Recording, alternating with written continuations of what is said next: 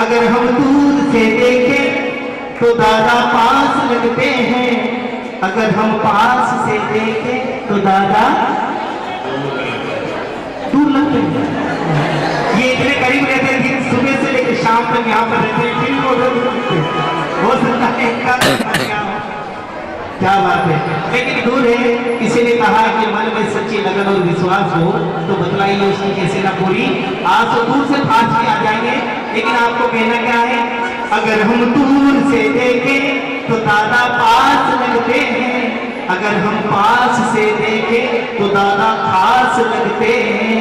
और ये तेरा अंदाज सुहाना लगता है, ये तेरा अंदाज सुहाना लगता है, भक्तों का तो दिल दीवाना लगता है, ये तेरा अंदाज सुहाना लगता है, भक्तों का तो दिल दीवाना लगता है।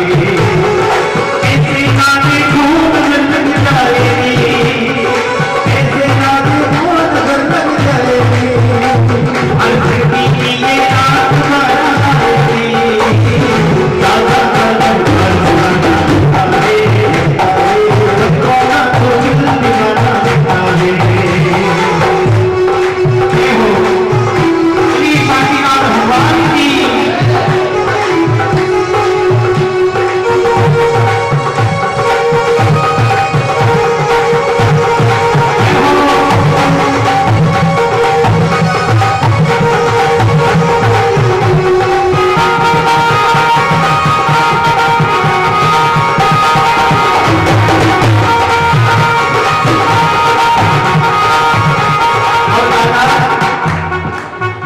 हजारों बार देखा है, हजारों बार सजते हो, हजारों बार देखा है, हजारों बार सजते हो, मगर क्या बात है दादा, गजब के आज लगते हो। हमेशा भूखे उठते हैं, कभी भूखे नहीं सोते, भला तकलीफ हो कैसे मेरे जिन रात के होते। हमारे पास जो कुछ है इन्हीं की है मेहरबानी, कभी ये भेजते रहते, कभी लाना कभी हाँ, क्योंकि इनकी कृपा के बिना कुछ भी नहीं हो सकता। इसलिए हमेशा भूखे उठते हैं, कभी भूखे नहीं सोते, भला तकलीफ हो कैसे मेरे जिन राज के होते। ये तेरा अंदाज सुहाना लगता है, लगता है, ये तेरा अंदाज सुहाना लगता है, लगता है, हमको तो दिल दीवाना लगता है, तेरा अंदाज सुहाना लगता है, हमको तो दिल दीवाना लगता है। और जिनका दिल परमात्मा के लिए दीवाना है, जो परमात्मा से प्यार करते हैं, क्योंकि आज की क्या है, आई और परमात्मा से आई लव यू बोलना। जरा एक बार दोनों हाथ उठा के पूरे हाथ में परमात्मा से प्यार करते पीछे वाले उसी वाले, और एक साथ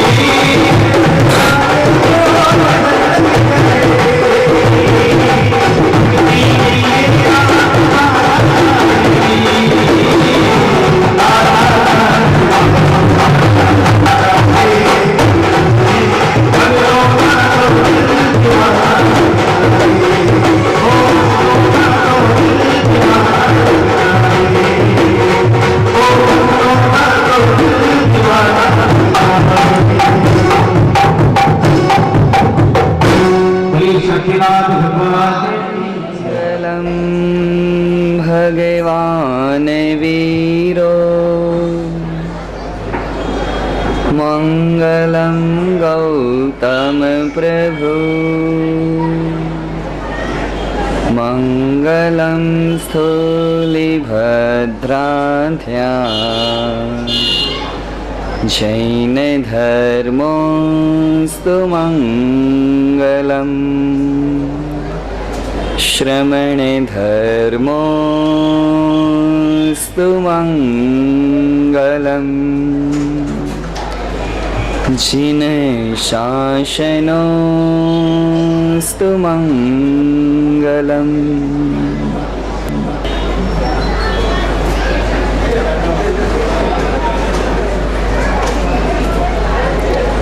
आज के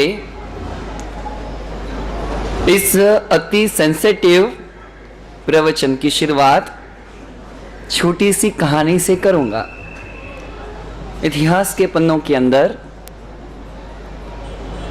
लिखने में आई सत्य घटना, उससे शुरुआत करके आगे बढ़ेंगे। हजारों साल पहले की बात, महाराजाधिराज भर्तृहरि राज सिंहासन पर बैठे हैं। पूरी राजसभा हाउसफुल, खींचोखच भरी पड़ी है और राजसभा के अंदर राज्य की कार्रवाई चल रही है, अलग अलग राज्य की गतिविधियां चल रही हैं, अलग अलग एडमिनिस्ट्रेशन डिपार्टमेंट के कार्य चल रहे हैं और राजन अति महत्व के वेरी मच इंपॉर्टेंट काम के अंदर व्यस्त हैं। और ऐसे समय के अंदर द्वारपाल की अनुमति लेकर के एक व्यापारी आया, विदेशी आया था, परदेशी आया था। एंट्री मिल गई राजन के दरबार के अंदर, आकर के खड़ा रह गया और सबसे पहले बड़े व्यक्ति के पास में जाते हैं, एक सामान्य व्यवहार का नियम है, खाली हाथ जाना चाहिए। आपको पूछो भाई, भगवान के मंदिर में आते हो, खाली हाथ आओ कि कुछ लेके आओ? मॉर्निंग वॉक करने के लिए सुबह सुबह निकल गए, हाफ पैंट बरमूडा पहना है, शूज पहनी है, और रास्ते में जॉगिंग करते करते, वॉकिंग करते करते, उस रास्ते से गुजरते रास्ते में मंदिर आ गया, तो उसके अंदर दोनों काम हो जाए। 2 in 1 का जमाना है। यहां कोई भी बड़े व्यक्ति के पास में जा रहे, एक सामान्य लॉजिक भी है, एक व्यवहार की रस्म है, कभी खाली हाथ जाना चाहिए नहीं। यहां राजा है, पूरे देश का सम्राट है, विदेशी परदेशी व्यक्ति आया है, राजन को सबसे पहला एक अपना भेंट का स्वरूप का एक थाल, वो थाल उसको गिफ्ट के रूप में भेंट किया है। राजा ने स्वीकार किया। राजा ने पूछा, क्यों आए हो, किस प्रयोजन से यहां आना हुआ? सामान्य कंडीशन, सामान्य बातचीत चल रही है, और इस व्यक्ति ने, परदेसी ने जवाब दिया, राजन, एक आम का फल लाया हूं और आम बेचने के लिए आया हूं, लेकिन आपको बेचना नहीं है, ये आम का फल मुझे आपको भेंट देना। जैसे ये बात राजा के सामने रखे, पास में दरबार वाले सब बैठे हुए थे, सबको लगा भाई साहब की खोपड़ी, एक आम देने के लिए यहां तक आया, इतने बड़े काम चल रहे हैं, इतने इंपॉर्टेंट काम चल रहे हैं, और इसको फुर्सत यहां मिली, जाकर के सीधे रसोड़े के अंदर, किचन के अंदर भी दे सकता था। एक सामान्य सा आम देने के लिए पूरे का पूरा राज का काम का डिस्टर्ब कर दिया। 2, 5, 10 मिनट का टाइम इसने वेस्ट कर दिया। सब उतावले हो गए, और उसने सामने से बोल दिया, राजन, मैं भी समझता हूं इन लोगों के उतावलपना, इन लोगों के इंतजारी मन के अंदर किस बात की है, लेकिन राजन आया हूं, एक बात क्लियर कर दूं आपको, ये आम का फल नॉर्मल नहीं है। ये जो आम लाया हूं, ये आम सामान्य नहीं है, ये आम का एक विशिष्ट गुण धर्म है। हजारों साल के बाद में एक बार ऐसा आम किसी हजारों लाखों करोड़ों पेड़ में से एक पेड़ के ऊपर होता है, और वो उसमें का एक आम है जो खाने मात्र से जीव को कभी बुढ़ापा आता नहीं है, वो लंबी आयुष्य, लॉन्ग लाइफ जीता है। अब सबके मन में कि अपने को मिले तो 65 साल के बूढ़े को भी ऐसे ही इच्छा होती है कि अभी तो मैं जवान हूं, अपनी जवानी कायम रहनी चाहिए, धोए आने नहीं चाहिए, आ जावे तो काले कर देवे, लेकिन अपने को जिंदा रहना है, अपने को यंग रहना है। हर एक दरबारी की इच्छा, जिज्ञासा, जिजीविषा हो गए, और उसके बीच में राजा को इस व्यापारी ने, परदेसी ने आम का जो फल था, सब प्रेम, सब बहुमान अर्पण किया, भेंट दिया। और जैसे ये फल मिल चुका, राज का काम पूरा हुआ, फल रख दिया पास में, उसके शयन कक्ष के अंदर गए, और राजा सोच रहा है, सारा विचार कर रहा है, चिंतन कर रहा है, ये मुझे मिली हुई जो चीज है, एक्स्ट्रा ऑर्डिनरी चीज है, बहुत दुर्लभ वस्तु है, और एक्स्ट्रा ऑर्डिनरी चीज हमेशा किसको देनी चाहिए पता है? एक्स्ट्रा ऑर्डिनरी, एक्स्ट्रा, जो अपनी नजर के अंदर एक्स्ट्रा ऑर्डिनरी रहे उसको देनी चाहिए। परमात्मा के शासन के अंदर कह दिया कि देव और गुरु के चरणों में सर्वस्व का जीवन, तन मन जीवन सब कुछ अर्पण कर देना चाहिए। यहां ये राजा आम का फल, दुर्लभ कोटि की वीआईपी कैटेगरी का ये आम का फल, जिसके गुण विशिष्ट है, स्पेशल क्वालिटी का है, सोच रहा है मैं लंबा आयुष्य करके करूंगा क्या? मुझे मेरे पत्नी के ऊपर, नगर की महारानी के ऊपर अति प्रेम है, अति स्नेह है। वो हमेशा क्या होनी चाहिए? वो हमेशा खुश होनी चाहिए, जवान होनी चाहिए, उसका सब व्यवस्थित होना चाहिए। और बेडरूम के अंदर, शयन कक्ष के अंदर उस राजन ने वो आम का फल किसको दे दिया? हाँ, आम का फल दे दिया पत्नी को। मजे की बात है, पत्नी ने ले तो लिया, पत्नी ने इसकी जानकारी ले ली, जानकारी लेने के बाद इसका महत्व समझ लिया, ये सामान्य कोटि का नहीं, ये सारे की बातें जान ले। समय 1 दिन 2 दिन 3 दिन निकलते जा रहे हैं, और पत्नी जो थी यानी ये महारानी थी, उसको राजा के ऊपर बिल्कुल प्रेम नहीं था, बिल्कुल लगाव नहीं था। हंसो मत, कई लोगों अभी सब खोलने जाऊंगा ना तो सब हालत खराब हो जाएगी। मुट्ठी बंद रहे उसी में मजा है।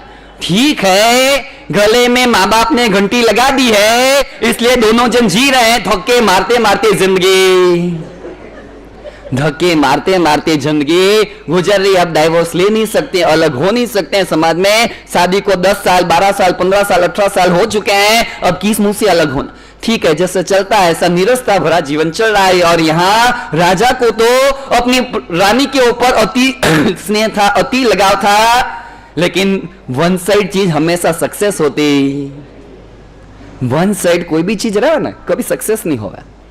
और यहां शांति रखो, अभी तो 1 घंटा पूरा बाकी है, अभी से उतावले हो रहे। और यहां राजनी ने फल हाथ में लिया है, सोच रही है, विचार कर रही है, अरे मैं खाऊंगी तो कोई मतलब नहीं। रानी का अफेयर चल रहा था, विवाहेतर संबंध। आजकल ही होता है ऐसा नहीं है, परा पूर्वज से चला आ रहा है। आप लोगों को लगता होगा बच्चे आज ही बिगड़ गए हैं, लव मैरिज इंटरकास्ट मैरिज अभी 30-40-50 सालों से शुरू हुआ, ऐसा नहीं है, परा पूर्वज से चले आ रहे हैं। महाभारत की घटनाएं देख लो, एक चैप्टर ओपन करे, एक चीजें देखने में आएगी। यहां रानी को किसके ऊपर प्रेम, वो राजा का जो हाथी था, हाथी का जो कंट्रोल करने वाला महावत था, सौंदर्यवान रूपवान बलिष्ठ था, और रानी को उसके ऊपर आसक्ति थी, उसके ऊपर का अट्रैक्शन था। और अट्रैक्शन के कारण, आसक्ति के कारण कभी कभार पिछले दरवाजे से मिलने के लिए आता था। रानी ने सोचा मेरा प्रिय महावत है और मैं ये आम का फल इसको दे दो, इसकी जवानी अच्छी रहे, हम ज्यादा से ज्यादा भोग सुख को भोगेंगे। राजा पे से रानी पे ट्रांसफर हुआ, रानी में से अब महावत को ट्रांसफर। लेकिन बड़ी तकलीफ की बात, संसार की एक सबसे बड़ी विचित्र, आप जिसको चाहते हो 100% गारंटी नहीं है कि वो भी गारंटी 100% कोई चीज की नहीं है। और यहां महावत जो था मात्र भोग का आसक्त, मात्र रानी के रुपयों से ममत्व, जब तक रानी रुपये देवे, जब तक रानी गहने देवे, उसकी इच्छाओं को तृप्त करने वाला। लेकिन ये महावत तो हमेशा नगर के बाहर गणिकालय था, वेश्यालय था, और वहां वेश्या के पास में जाने वाला। बनी हुई इतिहास की एक सत्य घटना कह रहा हूं। ये महाव्रत को रानी के ऊपर दिल से प्रेम न था, मात्र ड्रामा चल रहा था, एक दूसरों की जरूरतें पूरी हो रही थी। वास्तविक प्रेम उस वेश्या के ऊपर था। सीधा शाम के समय वेश्या के पास पहुंचा है और इसने उस वेश्या को ये फल क्या दे दिया, इसने उस वेश्या को फल दे दिया, तू अच्छी रहनी चाहिए। प्रीत का पात्र ट्रांसफर हो रहा है, बदलते जा रहा है। कई लोग कहते हैं ना, बस ट्रेन और लड़की, तीनों के पीछे ज्यादा भटकना नहीं। यहां ये राजा पे से रानी में प्रेम ट्रांसफर हो गया, से महाव्रत में ट्रांसफर हो गया, महाव्रत में से वेश्या पे ट्रांसफर हो गया। वेश्या सोच रही है, अब ये घड़ी का ये हल्की सी सोच रही है कि मैंने जिंदगी भर पाप किए, इस शरीर से, इस काया से पाप के पोटले बांधने के काम किए, ये आम फल मैं लेकर के, और मुझे ज्यादा पाप करने नहीं, और मुझे इस कर्म के बंधन में बंधना नहीं है। आई हुई सब व्यवसाय को करना पड़ता है, मेरी लाचारी है, मेरी मजबूरी है। लेकिन ये फल तो मैं उत्तम से उत्तम व्यक्ति को, जो सुपात्र है, जो अच्छे हैं, उनको अर्पण कर दो। और सोचते सोचते वेश्या का दिमाग चल रहा है, इस नगर के सर्वश्रेष्ठ राजा हैं, और जो पूरी प्रजा का लालन पालन कर रहे हैं, पोषण कर, राजकाज के काम को संभाल रहे हैं, उनको बल की आवश्यकता है, उनको कैपेसिटी की आवश्यकता है। क्यों ना मैं ये फल, अच्छा फल है, मैं महाराजा के चरणों में भेंट अर्पण करूं। और वो वेश्या आती है राज दरबार के अंदर आकर के, जब अर्पण फल करने की बात आई, सारा पर्दा। अब विचार करो, आपके घर में मान लो, एक इमेजिनेशन करो, आपके घर के अंदर ये घटना हो जावे, घर में क्या होगा? सीधी बात है, सीधी बात है, आपके घर में झगड़े शुरू होवे, अपने बीच में एक अविश्वास पैदा होवे, और अपने घर में यहां तक बात बिगड़ जावे कि डाइवोर्स के केस लेकर के पति और पत्नी दोनों जन अलग हो जावे, डिवाइड हो जावे। यहां घटना ये थी, जब आम का फल घूम करके वापिस महाराजा के पास में आया, संसार की विचित्रता का, संसार के विचित्र स्वरूपों का ये आत्मचिंतन करते करते सोचते रहे, ये असार संसार परमात्मा ने स्वार्थ का कहा, मतलब जब तक सामने वाले के पास से निकलता है तब तक एक दूसरे से अटैचमेंट है, एक दूसरे से दोस्ती है, एक दूसरे से फ्रेंडशिप है। जैसे काम निपट गया, तुम तुम्हारे रास्ते हम। और ये सत्य, सनातन सत्य, सृष्टि का सत्य महाराजाधिराज भर्तृहरि को पता चल गया। दूसरी समय संपूर्ण राजपाट का, संपूर्ण राजमहल का, संपूर्ण परिवार का त्याग करके मुनि दीक्षा की ओर, ये संसार की विचित्रता को समझ करके मुनि दीक्षा की ओर निकल चुके। बात आज करनी है दो शब्दों की। पहला शब्द है आई लाइक यू। क्या है? आई लाइक यू क्या मतलब होता है भाई?